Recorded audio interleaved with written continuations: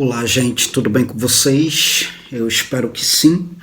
Bom, vindo aqui no canal Só Psicanálise para daí então fazer a primeira aula referente à clínica da psicose, tá? Você pode vir aqui no comentário, ainda está aqui na plataforma do YouTube, você vai encontrar o link da playlist para que você possa visualizar os vídeos a partir de uma ordem lógica de compreensão, para que você possa entender o que vai acontecer nesta playlist aqui com relação a essa temática. Para início de conversa, eu quero trazer para vocês a definição de psicose na perspectiva de Freud e Lacan.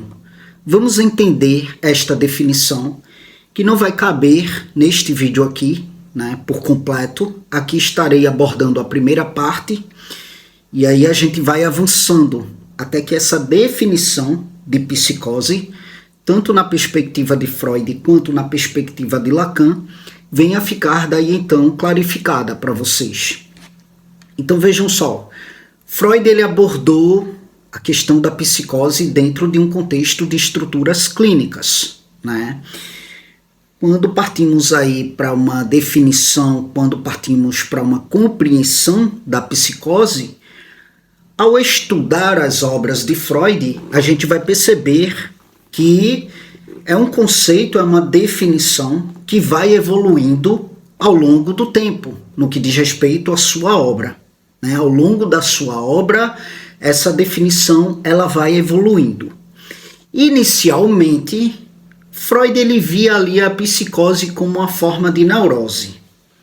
Quando ele começa a observar essa condição da personalidade, essa condição estrutural da personalidade, né, ele vai observar isto como sendo uma forma de neurose. Quando a gente fala da neurose, né, a gente fala aí de um conflito que vai ser muito bem contornado, vamos dizer assim, com base em um recalque, né? E aí a psicose, o que é que acontece? Na psicose, o conflito psíquico resultava em um afastamento da realidade. E aí ele começou a notar que, bom, né, tem alguma coisa aí que é bem diferente do que acontece na neurose. A neurose, o mecanismo de defesa que muito se sedimenta é a questão da repressão, né? O sujeito ele guarda aquele conteúdo perturbador. Aí ele começa a observar que na questão da psicose há um afastamento da realidade. Ele notou que, ao contrário da neurose, enquanto que na neurose há uma tentativa de fato esconder, reprimir esse conteúdo perturbador, na psicose há uma ruptura mais drástica com essa realidade externa. Para Freud, a psicose envolvia um fracasso no processo de substituição simbólica, e isso resulta, né, em um retorno de um processo primário. Esse processo primário ele vai ser caracterizado pela fusão de ideias, ele vai ser caracterizado pela falta de negação, ele vai ser caracterizado por uma atemporalidade, sabe? E aí ele vai perceber que vai haver ali na psicose um retorno desse processo primário, que vai dominar ali o funcionamento psíquico. E esse retorno, ele vai gerar uma ruptura com essa realidade compartilhada, sendo aí o delírio, né, como instalando-se aí o delírio como uma tentativa do sujeito psicótico de daí então reconstruir essa realidade que fora perdida. E aí você me diz, Caio, que complexo, não entendi. Como assim retorno do processo primário?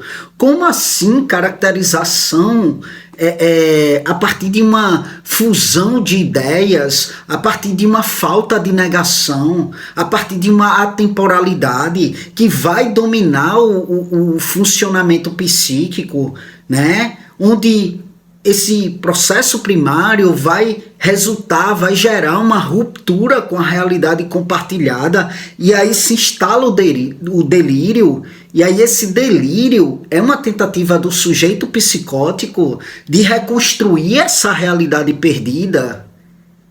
Bom, vamos lá. Vamos desmembrar essa explicação, né, em partes, para que ela venha a ficar mais clara, para que ela venha a ficar de fato compreensível. Pensa comigo, Freud, psicose, processo primário, retorno ao real. Vamos ver cada uma dessas premissas por partes, para que vocês possam entender. O que é o processo primário? Do que é que se trata o processo primário? Veja bem, o processo primário, ele é uma forma de funcionamento mental. Essa forma de funcionamento mental, que se chama de processo primário, é predominante no inconsciente. E aí esse processo primário, ele vai ser caracterizado por uma fusão de ideias, né? Ele vai ser caracterizado por representações que irão se misturar ali de modo muito livremente, sem distinções claras, né? Por exemplo, uma ideia de perigo, ela pode se fundir perigo. Nesse processo primário, ela pode se fundir com a imagem do fogo, sem um nexo causal, sem um nexo claro, tá? Então temos aí, né, ideias, representações que irão se misturar livremente. Falta de negação. No processo primário não existe o conceito de não. Tudo é afirmado, tudo é vivido como real, sem a capacidade de negar, sem a capacidade de diferenciar. Vou citar um exemplo para vocês, para que vocês possam entender. Quando a gente fala de sonhos, a gente fala de uma linguagem inconsciente, tá? Se a gente fala de uma linguagem inconsciente, a gente fala de um processo primário. O processo primário, ele é predominante ali no funcionamento inconsciente, tá? Então veja bem, minha avó morava comigo. Ela faleceu há 3 anos atrás. Vez ou outra eu sonho com a minha avó, viva, cheia de saúde, sabe? Alegre, conversando, entende? Então veja, ali no sonho não há um processo de negação de dizer que ela não está viva, sabe? Ali eu vivo aquilo no sonho como se de fato estivesse acontecendo, como se de fato fosse real, como se ela estivesse viva. Então não tem a negação, não tem essa premissa ali no sonho. Não existe eu dizer, não, ora, minha avó não está viva, por que eu estou sonhando isso? Por que ela está aqui agora? Né? Onde na verdade ali no sonho, a gente nem tem a clareza de que a gente está sonhando quando envolvidos aí, né, nessas imagens oníricas. A gente vai saber que a gente sonhou quando a gente acorda, que entra ali no âmbito do consciente, aí eu vou entender, cara, eu sonhei, minha avó não está viva, minha avó não está viva. Foi só um sonho, não é a realidade propriamente dita. Então veja, ali eu estava vivendo um processo primário. Quando eu acordo, eu adentro num processo secundário que me faz, né, poder entender que aquilo ali não era real. É quando adentra o sistema de negação. Não, minha avó não está viva. Né? Mas ali no sonho não existe isso, ela estava viva. Sabe? E aí é quando entra inclusive a questão da temporalidade que acomete esse processo primário. Não há um senso de tempo no processo primário. Se houvesse um senso de tempo, eu não sonharia com a minha avó. Eu não sonharia, pelo menos não com ela viva. Eu sonharia com ela morta, né? Mas como não há um senso de temporalidade ali, né? Então, essa linguagem do meu inconsciente acaba trazendo a minha avó a partir de uma imagem passada, mas a partir dessa imagem passada como se ela tivesse presente no real. Porque ele não tem essa temporalidade, não tem passado, presente e futuro, sabe? É uma temporalidade. Se é uma temporalidade, o passado é como se fosse presente, o futuro é como se fosse presente, sabe? Então é atemporal, o inconsciente ele é atemporal, nele não existe passado, presente e futuro. Né? E é por isso que muitas vezes na nossa vivência atual do presente, somos muitas vezes contaminados por vivências, experienciações, traumas que já passaram. Mas o inconsciente fica ali minando isto, né? Na nossa dinâmica para a vida, porque no inconsciente não existe uma temporalidade. Ou melhor, uma temporalidade. Ele é atemporal. Ou seja, não há senso de tempo no processo primário. As experiências passadas, elas podem ser vivenciadas, inconscientemente falando, como se estivessem acontecendo agora. E esse modo de funcionamento, ele é muito comum em sonhos, na mente infantil, onde há um pensamento mais livre e menos lógico. Daí então vamos entender o processo secundário, vamos entender a realidade compartilhada. O processo secundário, diferente do processo primário, né? Vai ser um modo de funcionamento do consciente. Ele vai ser regulado pelo princípio da realidade. E aí, nesse processo, as ideias elas são organizadas de uma forma mais lógica, mais temporal, mais sequencial. Há negação, há capacidade de dizer não, há capacidade de rejeitar uma ideia. Ou seja, eu acordo e eu rejeito a ideia de que a minha avó está viva, porque ela não está. Ela não está. Aquilo lá foi só um sonho, né? Então, eu acordo adentro no âmbito do consciente e eu tenho um senso claro de tempo, né? Então, o processo secundário é o que de fato nos permite funcionar normalmente. Não gosto muito dessa palavra normal, né? Porque mesmo nós que funcionamos, né? Quando funcionamos em um processo secundário, muitas vezes ele vai ser contaminado por este processo primário, né? Mas vamos dizer que o processo secundário é o que nos permite funcionar de um modo mais funcional, vamos dizer assim, nessa realidade compartilhada. É o que nos permite fazer julgamentos mais coerentes sobre o que é real e sobre o que não é real. E aí o que é que acontece na psicose? Acontece um fracasso na substituição simbólica, tá? O que é que acontece? Segundo Freud, há um fracasso nessa substituição simbólica. O que é que isso significa, Caio? Significa que normalmente o nosso psiquismo usa símbolos para daí então representar coisas, especialmente aquelas que são conflitantes, que são traumáticas. Por exemplo, se alguém tem um trauma, tá? Tem um trauma ali com fogo.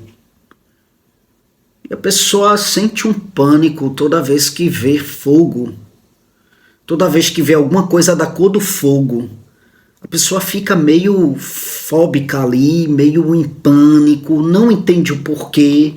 É que com 2 anos de idade, essa pessoa sofreu uma queimadura muito séria na mão, com fogo, né?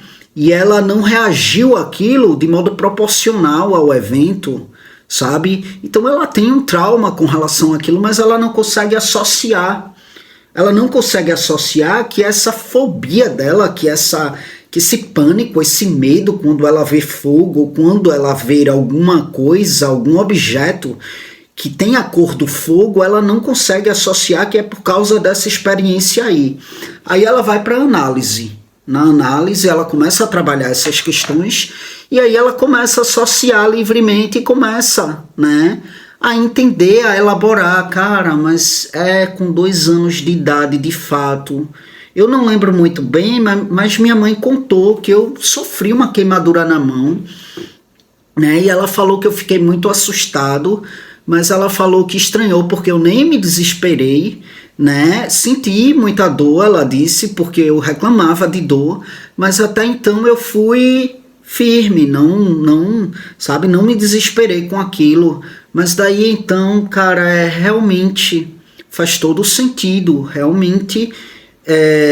O pânico que eu tenho é o medo de ser atacado pelo fogo, né? Então ela começa a adentrar ali no processo de simbolizar o fogo, né?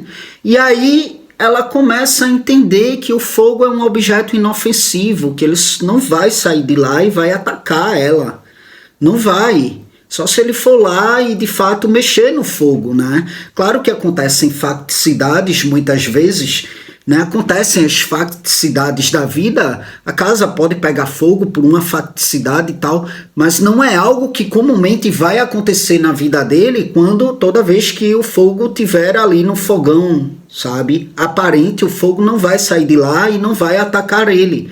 Qualquer coisa, qualquer objeto que lembra a cor do fogo não vai atacar ele.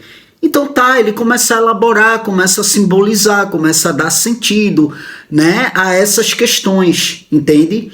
Começa de fato a haver uma substituição simbólica, né?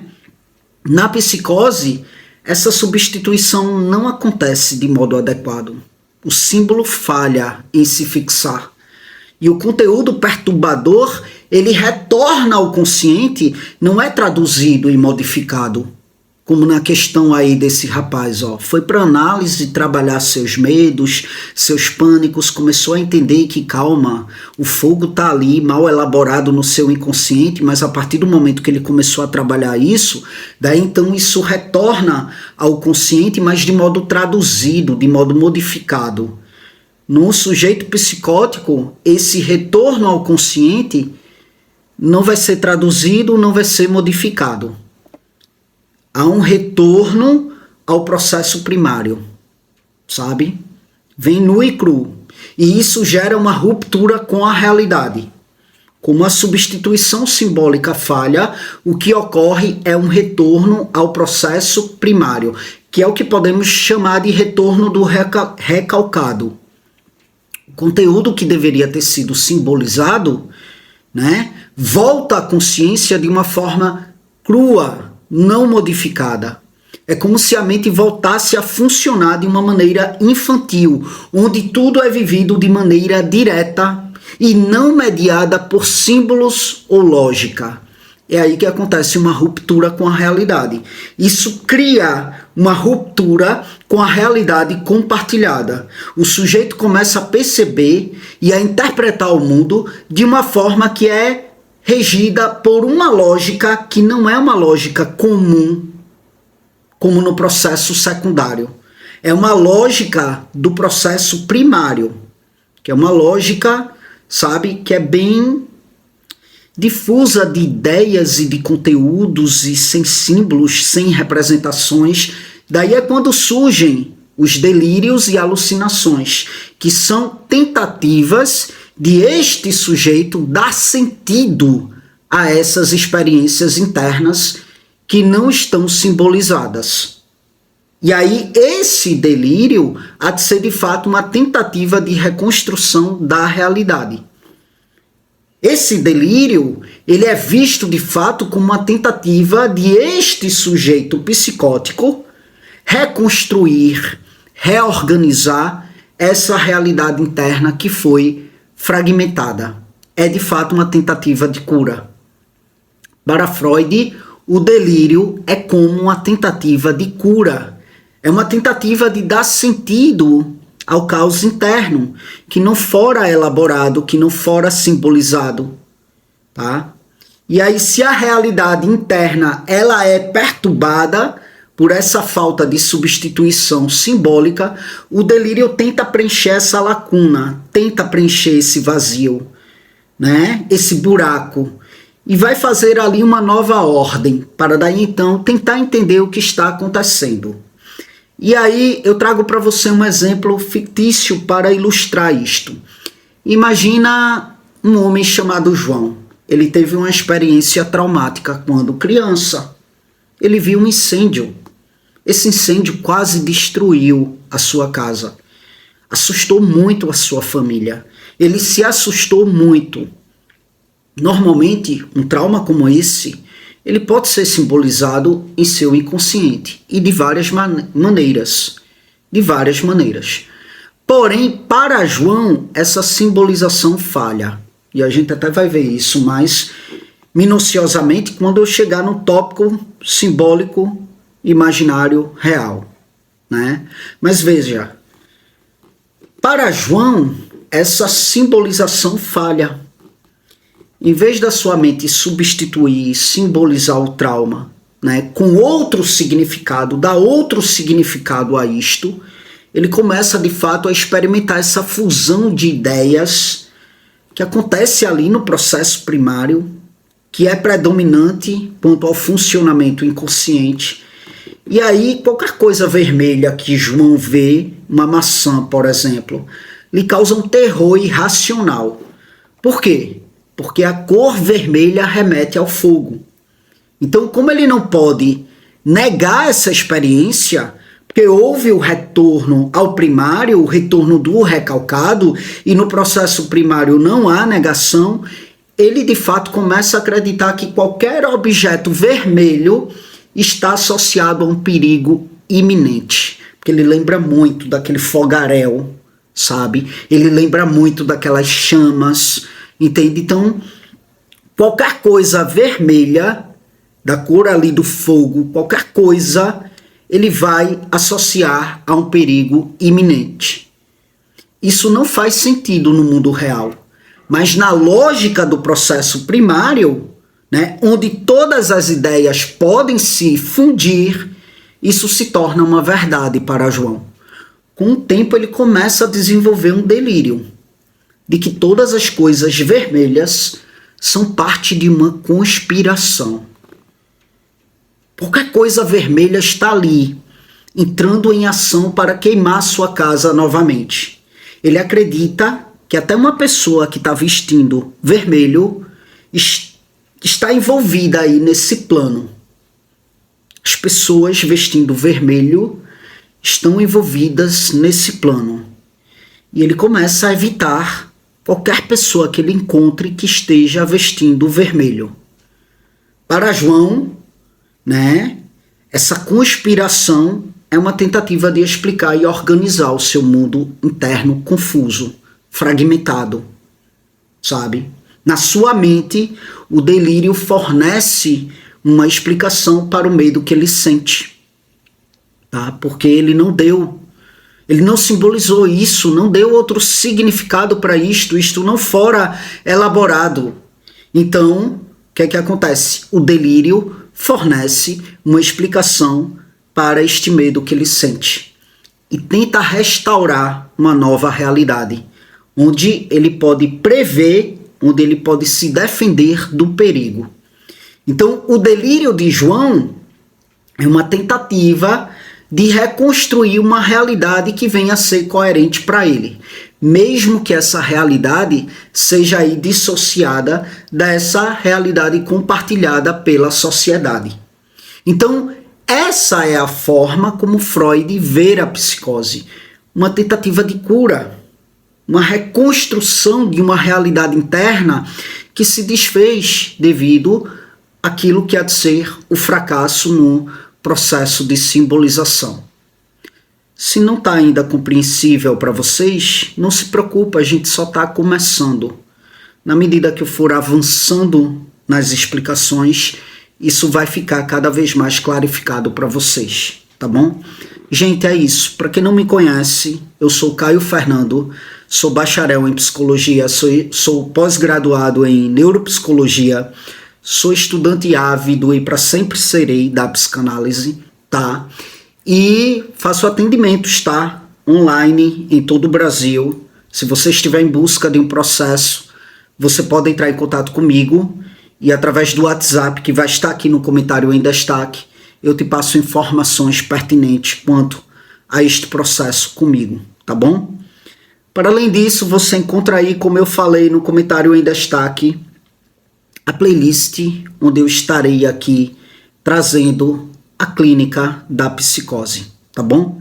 É isso, gente. Muito obrigado mais uma vez pela atenção de vocês e até as próximas gravações.